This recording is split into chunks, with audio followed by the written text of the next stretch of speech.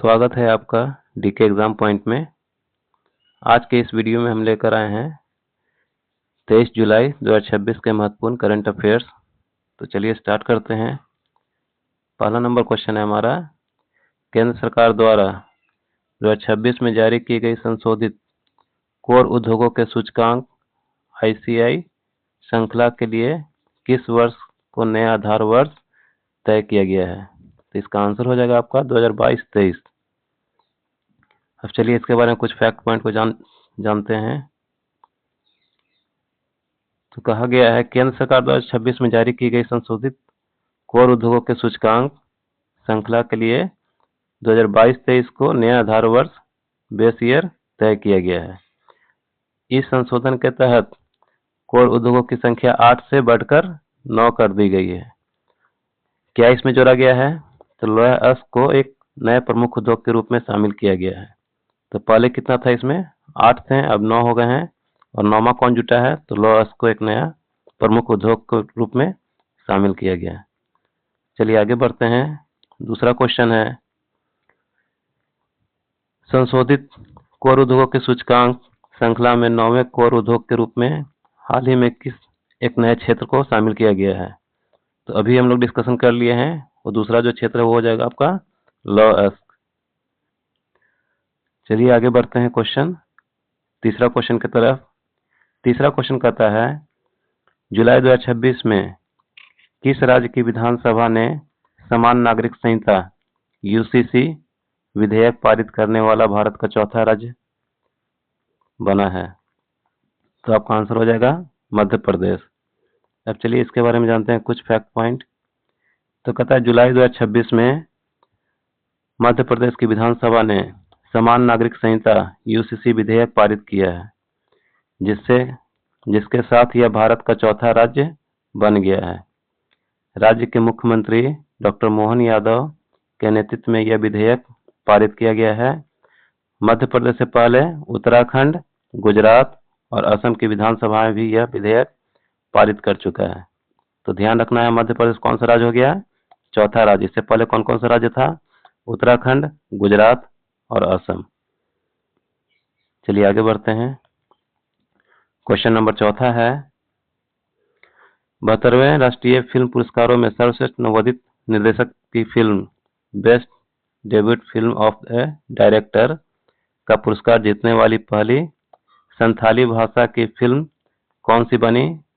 तो आंसर हो जाएगा अंगेन। इसका निर्देशक कौन है? तो रवि राज मुर्मू। अब चलिए इसके बारे में कुछ जानते हैं। तो कहता है, 72वें राष्ट्रीय फिल्म पुरस्कारों में सर्वश्रेष्ठ नवोदित निर्देशक का पुरस्कार जीतने वाली पहली संथाली भाषा फिल्म अंगेन बनी है। इस फिल्म के निर्देशक कौन है? रवि राज मुर्मू है। 13 मिनट की यह लघु फिल्म गैर फीचर श्रेणी झारखंड की आदिवासी संस्कृति और पारंपरिक लोक कथाओं से प्रेरित है। किस राज्य से प्रेरित है ये? तो झारखंड की आदिवासी संस्कृति से। चलिए आगे देखते हैं।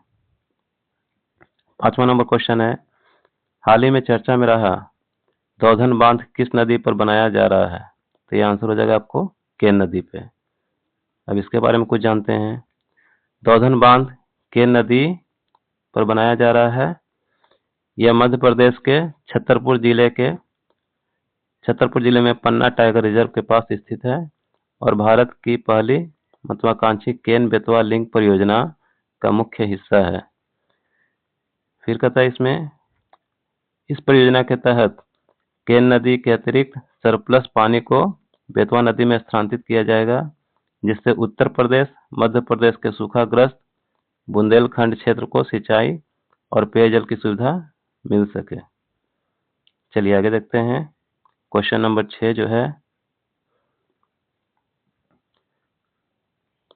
FIH पुरुष हॉकी विश्व कप 2026 के लिए भारतीय टीम का कप्तान किसे बनाया गया है? तो आंसर हो जाएगा इसका हरमनप्रीत सिंह। अब चलिए इसके बारे में कुछ फैक्ट देखते हैं। तो FIH पुरुष हॉकी विश्व कप 2026 के लिए भारतीय टीम का कप्तान अनुभवी डिफेंडर और ड्रग फ्लिप विशेषज्ञ हरमनप्रीत सिंह को बनाया गया है।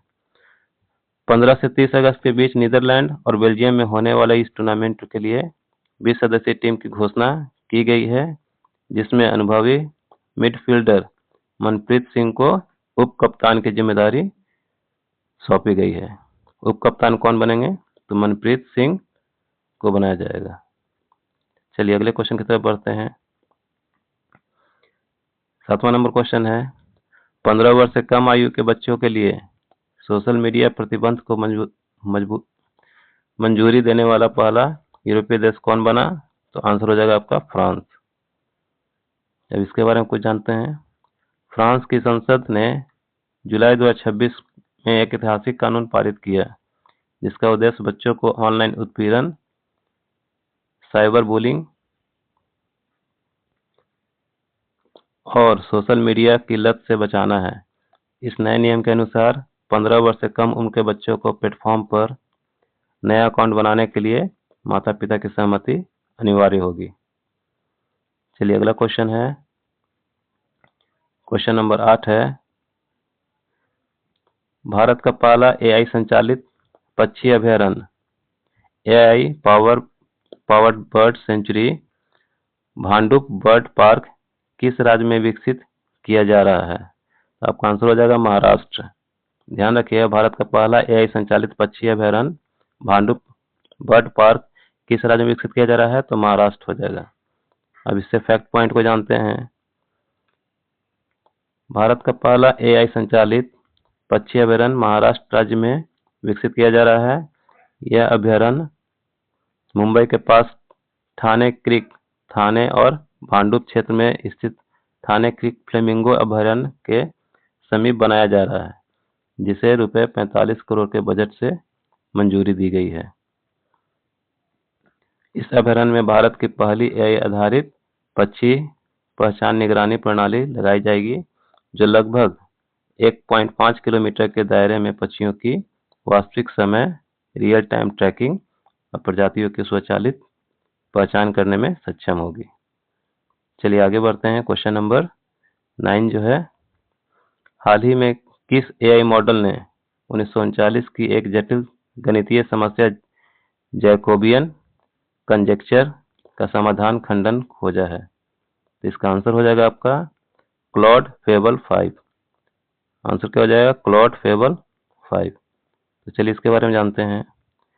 1939 की प्रसिद्ध गणितीय समस्या जैकोबियन कंजेक्चर का खंडन गलत साबित करने वाला एआई मॉडल एंथ्रोपिक का क्लॉड फेबल 5 है। एआई मॉडल किसका है? एंथ्रोपिक का क्लॉड फेबल 5। हार्वर्ड यूनिवर्सिटी से जुड़े गणितज्ञ लेवेंट अल्पोजेक ने इस एआई मॉडल की मदद से एक 3 पंक्तियों का 216 कैरेक्टर समीकरण खोजा है, जो दिखाता है कि एक निश्चित प्रकार का बहुपद फलन सभी आवश्यक शर्तों को पूरा करने के बावजूद व्युत्क्रमणीय नहीं होता है। तो ये आपको फैक्ट पॉइंट इसमें याद रखना है। तो चलिए आगे बढ़ते हैं। क्वेश्चन नंबर 10 है,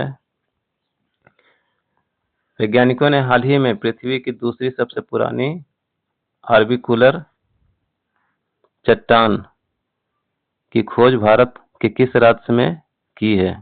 तो आंसर हो जाएगा आपका मध्य प्रदेश। अब चलिए इसके बारे में जानते हैं।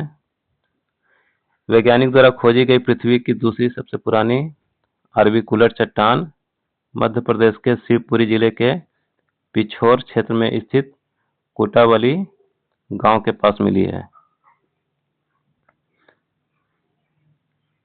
वैज्ञानिकों के अनुसार यह ऑर्बिक्यूलर ग्रेनाइट चट्टान लगभग 2.56 अरब साल पुरानी है। दुनिया की सबसे पुरानी ऐसी चट्टान पश्चिमी ऑस्ट्रेलिया में पाई जाती है। चलिए आगे बढ़ते हैं। क्वेश्चन नंबर 11 है, भारत ने हाल ही में किस देश के साथ आंध्र प्रदेश में फूड प्रोसेसिंग क्लस्टर के लिए एक समझौता ज्ञापन पर हस्ताक्षर किया है? तो आपका आंसर हो जाएगा संयुक्त अरब अमीरात। 12 नंबर क्वेश्चन देखते हैं, हाल ही में किस संस्थान ने भारतीय वनों के 465 पारिस्थितिक अध्ययनों का व्यापक Meta data set inventory launch किया है? इसको लॉन्च किया है national centre of biological sciences, राष्ट्रीय जैविक विज्ञान केंद्र। अब इसके बारे में फैक्ट पॉइंट को देखते हैं। National centre for biological sciences Bengaluru द्वारा लॉन्च किया गया है। ये कहाँ से लॉन्च किया गया है? तो बेंगलुरु द्वारा। इन्वेंट्री से जुड़े मुख्य बिंदु क्या है? यह डेटा सेट 1991 से 2023 के बीच किए गए 465 प्रकाशित अध्ययनों पर आधारित है। कब से कब किया गया है? 1991 से 2023। ये फैक्ट पॉइंट है। अब यह भारत के सभी बायोम में फैले 4650 हेक्टेयर से अधिक के जंगलों को कवर करता है। इसका उद्देश्य क्या है? तो इसका मुख्य उद्देश्य वनों की कटाई की निगरानी, जैव विविधता संरक्षण, जलवायु परिवर्तन के प्रभावों को समझने के लिए भारतीय जंगलों के आंकड़ों को वैश्विक मानचित्र पर लाना है। चलिए आगे क्वेश्चन देखते हैं। क्वेश्चन नंबर 13 जो है, हाल ही में उद्घाटित उदमाव पुल किस नदी पर है? तो ये आंसर हो जाएगा आपका श्योक नदी। अब चलिए इसके बारे में जानते हैं। उदमाव पुल लद्दाख के नुब्रा जिले में श्योक नदी पर स्थित है। ये कहाँ स्थित है? तो लद्दाख के नुब्रा जिले में श्योक नदी पर स्थित है। चलिए अगला क्वेश्चन हमारा 14 नंबर क्वेश्चन है, पारस डिफेंस भारत के सेमीकंडक्टर मिशन को बढ़ावा देने के लिए किस राज्य ने $644 मिलियन के निवेश से सेमीकंडक्टर पैकेजिंग सुविधा OSAT की स्थापित करेगा? तो इसका आंसर हो जाएगा आपका मध्य प्रदेश। इसके बारे में जानते हैं। यह अत्याधुनिक सुविधा इंदौर उज्जैन क्षेत्र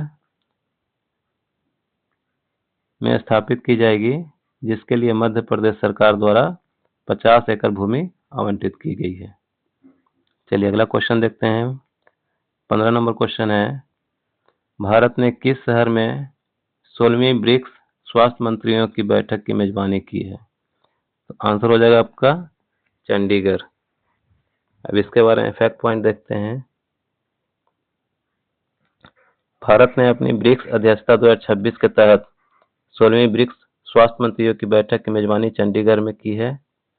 यह 3 दिवसीय बैठक 22 से 24 जुलाई 2026 के बीच आयोजित की गई है, जिसका मुख्य उद्देश्य वैश्विक स्वास्थ्य सुरक्षा और डिजिटल स्वास्थ्य को मजबूत करना है। तो ये थे हमारे कुछ इंपॉर्टेंट पॉइंट दोस्तों आज के करंट अफेयर्स के। अगर आपको वीडियो पसंद आती तो वीडियो को लाइक और सब्सक्राइब जरूर कीजिए। धन्यवाद।